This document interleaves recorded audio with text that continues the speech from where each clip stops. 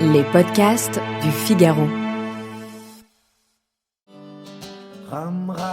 Les données sont chargées dans la RAM. Au plus t'en as, au plus ton PC va être capable d'effectuer des tâches plus rapidement. Connaissez-vous la RAM ? En français, on parle aussi de mémoire vive ou de mémoire flash.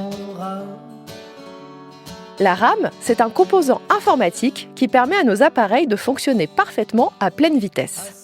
Ceux qui ont un PC ou un smartphone avec peu de RAM connaissent leur douleur.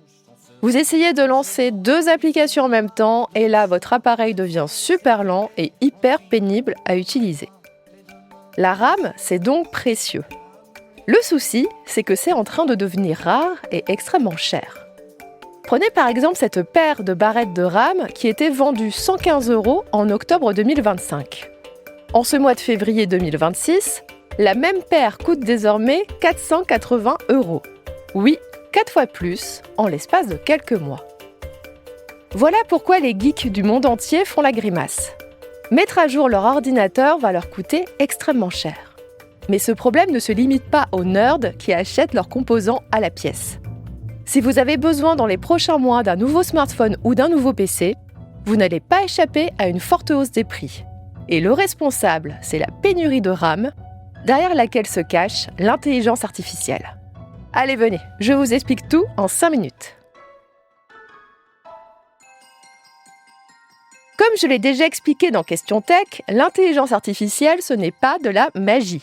C'est avant tout des puissants composants informatiques que l'on va regrouper dans des data centers.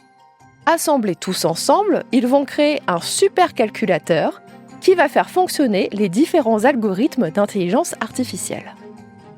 On savait que le composant informatique central des data centers de l'IA, c'est la carte graphique, que l'on appelle aussi GPU ou puce si on veut faire simple. C'est d'ailleurs ce qui fait la fortune actuelle de la société américaine Nvidia, un acteur historique du jeu vidéo sur PC. Si vous voulez en savoir plus, écoutez mon épisode de Question Tech sur l'histoire de Nvidia. Mais ce que l'on sait moins, c'est que la mémoire vive, que l'on appelle aussi puce mémoire, est un composant que l'on retrouve également dans les data centers. Et ces derniers poussent comme des champignons à travers le monde. Les puces mémoire utilisées dans les data centers sont différentes de celles que l'on retrouve dans nos ordinateurs. Mais elles valent aussi très cher à l'achat. Imaginons que vous soyez un concepteur de mémoire vive. Que faites-vous ? Vous continuez à produire autant de composants que d'habitude pour les ordinateurs ? Ou bien vous profitez du boom de la construction des data centers pour recentrer votre production sur les puces mémoire dédiées à l'IA. Vous l'aurez compris, c'est l'option B qui est privilégiée par les concepteurs de mémoire vive. Et pour ne rien arranger, ils ne sont que 3 dans le monde. Les Coréens Samsung et SK Hynix et l'Américain Micron. Ce dernier commercialisait la gamme de barrettes de RAM nommée Crucial. Je dis ça au passé car Micron a décidé de se retirer du marché grand public pour se concentrer exclusivement sur les data centers. La loi de l'offre et de la demande s'applique donc à plein.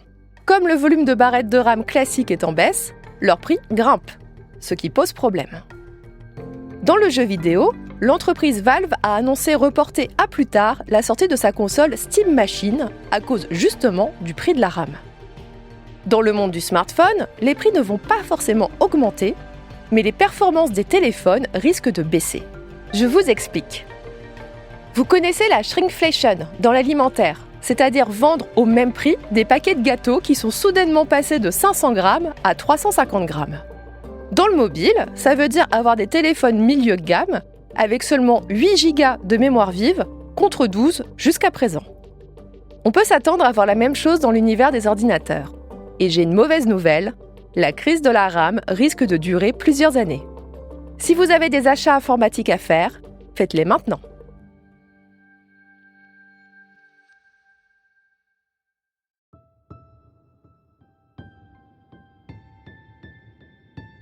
Merci d'avoir écouté Question Tech. Je suis Chloé Boitier, journaliste au Figaro Économie. Si cet épisode vous a plu, n'hésitez pas à le partager autour de vous et abonnez-vous au podcast Question Tech pour ne pas rater nos prochaines publications. Vous pouvez retrouver Question Tech sur le site du Figaro, sur Figaro Radio, mais aussi sur Spotify, Deezer, Apple Podcasts ou YouTube. Et n'oubliez pas, dans la tech, il n'y a pas de questions bêtes. À bientôt.